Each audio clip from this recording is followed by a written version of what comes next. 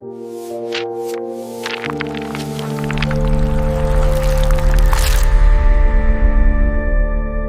que será que se passa na cabeça de um atleta olímpico segundos antes daquela prova decisiva? Ou, sei lá, o que faz uma pessoa manter a rotina na academia por anos, firme, enquanto outra desiste em 2 semanas? A gente sempre tende a pensar que a resposta está só nos músculos, na técnica, mas a verdade é que o jogo mais importante ele acontece na mente. E para explorar esse universo, a gente mergulhou num material fantástico, é o livro Psicologia do Esporte e do Exercício, Modelos Teóricos, Pesquisa e Intervenção, organizado pelo Eric Conde e um time de especialistas brasileiros. Nossa ideia aqui é desvendar os pontos centrais dessa obra e entender o que é de fato essa área da psicologia. E ela vai muito, mas muito além do esporte de alto rendimento. Exatamente. E é um campo que muitas vezes é mal compreendido, né? As pessoas logo associam ao atleta de elite que está em crise, mas a psicologia do esporte e do exercício é sobre a relação humana com o movimento.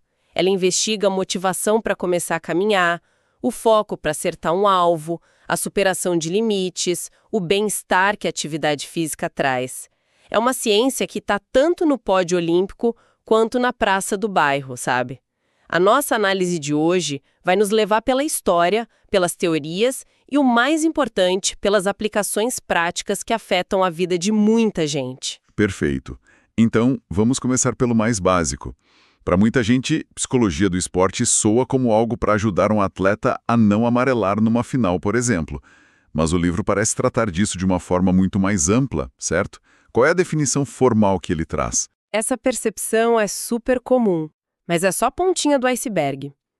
O livro define a área como o estudo científico de pessoas e seus comportamentos em contextos de esporte e exercício e a aplicação prática desse conhecimento. O fundamental aqui é essa via de mão dupla. Via de mão dupla, como assim? Pensa em 2 objetivos principais. O primeiro é esse que todo mundo já imagina. Entender como os fatores psicológicos, tipo ansiedade, foco, autoconfiança, como eles afetam o desempenho físico. Por que um jogador de basquete que acerta 90% dos lances livres no treino erra o decisivo no final do jogo? Esse é um lado da moeda. Certo. A mente influenciando o corpo. Exato. E o segundo objetivo é o inverso. Compreender como a participação no esporte, no exercício, afeta o nosso desenvolvimento psicológico, a nossa saúde, o nosso bem-estar, o que a prática regular de corrida faz pela saúde mental de alguém, como um esporte coletivo na infância ajuda a desenvolver habilidades sociais. É o corpo, ou melhor, a atividade do corpo influenciando a mente. Essa dualidade é a chave de tudo. Entendi. Não é só uma pesquisa de laboratório, entende? É a ciência informando a prática no campo e os desafios do campo gerando novas perguntas para a ciência. Nossa, isso já expande completamente o conceito. E de onde veio tudo isso? Imagino que não seja uma ciência tão recente quanto parece. De forma alguma. O livro mostra que, embora a especialidade tenha sido oficializada, aqui no Brasil só no ano 2000, as raízes são bem mais antigas. Lá fora, no final do século XIX, um pesquisador chamado Norman Triplett notou uma coisa curiosa. Ciclistas pedalavam mais rápido quando competiam contra outros do que sozinhos contra o relógio. Foi um dos primeiríssimos estudos sobre a influência social no desempenho. Mas o grande pioneiro mesmo, o pai da área nos Estados Unidos, foi o Coleman Griffith, lá nos anos 1920. Mas e no Brasil? A gente tem essa mania de achar que as coisas sempre chegam aqui com um certo atraso. E é aí que o livro traz uma das histórias mais fascinantes. E ele destaca uma figura, assim, absolutamente fundamental, João Carvalhais. A história dele quebra totalmente esse estereótipo. João Carvalhais. Quem foi ele? Espera no cenário. Copa do Mundo de 1958, na Suécia. A seleção brasileira tinha um Pelé de 17 anos, Garrincha e um psicólogo.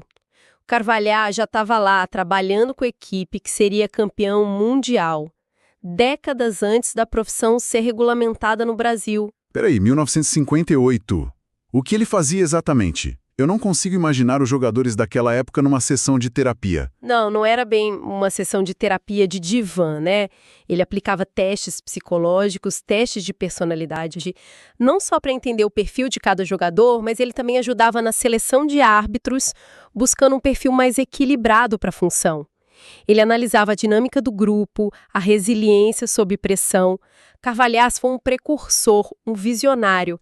Ele atuava na prática muito antes de existir um nome formal para o que ele fazia. É impressionante pensar que o Brasil já tinha esse nível de sofisticação em 1958.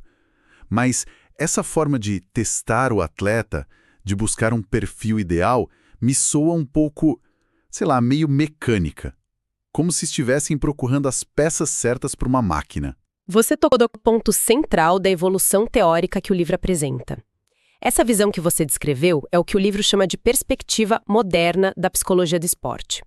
Nela, o atleta era visto quase como uma máquina de performance que precisava ser ajustada. O foco era em traços de personalidade, em técnicas de controle mental, em otimizar a engrenagem para o máximo desempenho. A mente era uma ferramenta a ser afiada para servir ao corpo. E isso mudou? Porque ainda hoje a gente ouve muito sobre força mental, controle emocional. Mais moderna. E a diferença é profunda. Nessa nova ótica, o atleta deixa de ser uma máquina isolada e passa a ser entendido como um ser humano complexo, totalmente inserido num contexto social, cultural e histórico. Espera um pouco, isso é uma mudança radical. Então, segundo essa visão, um psicólogo do esporte hoje poderia analisar a relação de um jogador com a imprensa ou a pressão dos patrocinadores como parte de um problema de desempenho. Isso vai muito além de simplesmente dizer se concentre mais. Exatamente, você captou a essência. O desempenho não é mais visto como resultado de um treino técnico e mental feito numa bolha. Ele é influenciado pelas relações sociais com a equipe, com a família, pela cultura do clube, pela pressão da mídia, pela história de vida da pessoa, pelas condições financeiras. A psicologia do esporte, nessa visão, deixa de ser uma ferramenta para consertar o atleta e passa a ser uma forma de compreender e intervir em todo o universo dele. O foco sai do o que está errado com você pro o que está acontecendo com você e ao seu redor. Uau! Essa mudança de ver o atleta como um todo e não como uma máquina deve ter explodido os campos de atuação. Imagino eu. Não pode ser mais só sobre performance olímpica. Onde mais essa abordagem se aplica na prática? Explodiu completamente. E o capítulo Campos de Atuação do livro é brilhante nisso, porque ele usa exemplos práticos que mostram essa diversidade de forma muito clara. Desmistifica totalmente a ideia do psicólogo só para atletas famosos. Tô curioso. Me dá um exemplo. Vamos começar pelo que todo mundo conhece, o alto rendimento. Certo. O livro cita o caso de Paula, uma atleta de tiro com arco. Experiente, vitoriosa, mas que de repente desenvolve o que eles chamam de pânico do amarelo, que é o centro do alvo. Ela simplesmente congela. A flecha não sai, ou quando sai, vai para qualquer lugar. É um exemplo clássico de como a ansiedade de performance pode se manifestar fisicamente, sabe? Sabotando uma habilidade que é super treinada. O trabalho ali é desconstruir a pressão, a ansiedade e reconectar a atleta com o gesto. Entendi. É um problema bem específico de performance. Mas e fora desse mundo? Onde mais a psicologia entra? Agora vamos para o extremo oposto, que eu acho ainda mais interessante. O livro fala de exercício físico e saúde. O exemplo é o de Ana, uma professora de 40 anos, com hipertensão, sedentária e com o que o livro descreve como humor deprimido. Ela sabe que precisa se exercitar, o médico mandou, mas ela não consegue começar, ou começa e para. Uma história de metade da população, provavelmente. Exatamente. E aqui o trabalho do psicólogo não tem nada a ver com performance, com medalha ou com acertar um alvo. O objetivo é outro. É entender as barreiras psicológicas que a impedem de ter uma vida ativa. É o medo de ser julgada na academia. É a falta de prazer na atividade. É uma questão de autossabotagem. O foco é em mudança de comportamento, em criar aderência, em ajudar a Ana a encontrar um caminho para o exercício melhorar a qualidade de vida dela. É psicologia da saúde pura aplicada ao movimento. É fascinante como a mesma área pode ter focos tão distintos. De um lado, o pânico de acertar o centro do alvo. Do outro, a dificuldade de simplesmente dar o primeiro passo para uma caminhada. E o livro menciona outros contextos. Sim, e um muito importante é o de projetos sociais. O exemplo é o Pedro, um menino de 13 anos que vive numa comunidade carente. Para ele, o esporte oferecido num projeto social vai muito além do jogo. É um espaço seguro, uma forma de se expressar, de aprender sobre regras, respeito, frustração e de lidar com as dificuldades da vida. O psicólogo, nesse caso, não está preocupado se o Pedro vai virar um atleta profissional. De forma alguma. O foco é usar o esporte como uma ferramenta de desenvolvimento psicossocial. O psicólogo atua para fortalecer a resiliência do Pedro, a autoestima dele, as habilidades de trabalhar em grupo. O esporte se torna um pretexto para o desenvolvimento humano. Isso me leva a outro ponto. A base de tudo, a iniciação esportiva. Como a psicologia atua com as crianças que estão começando? Esse é um campo crucial e talvez um dos mais delicados. O livro traz o caso do Jair, um skatista de 11 anos que está começando a competir. Pensa na pressão, a expectativa dos pais, a cobrança do treinador, a frustração de cair e não acertar a manobra, a comparação com os outros meninos. Para uma criança, isso pode ser esmagador. E pode transformar algo que era divertido numa fonte de ansiedade. Exatamente. O risco é matar o prazer no esporte. O psicólogo aqui atua quase como um mediador do ecossistema da criança. Ajuda os pais a entenderem que o resultado é menos importante que o processo.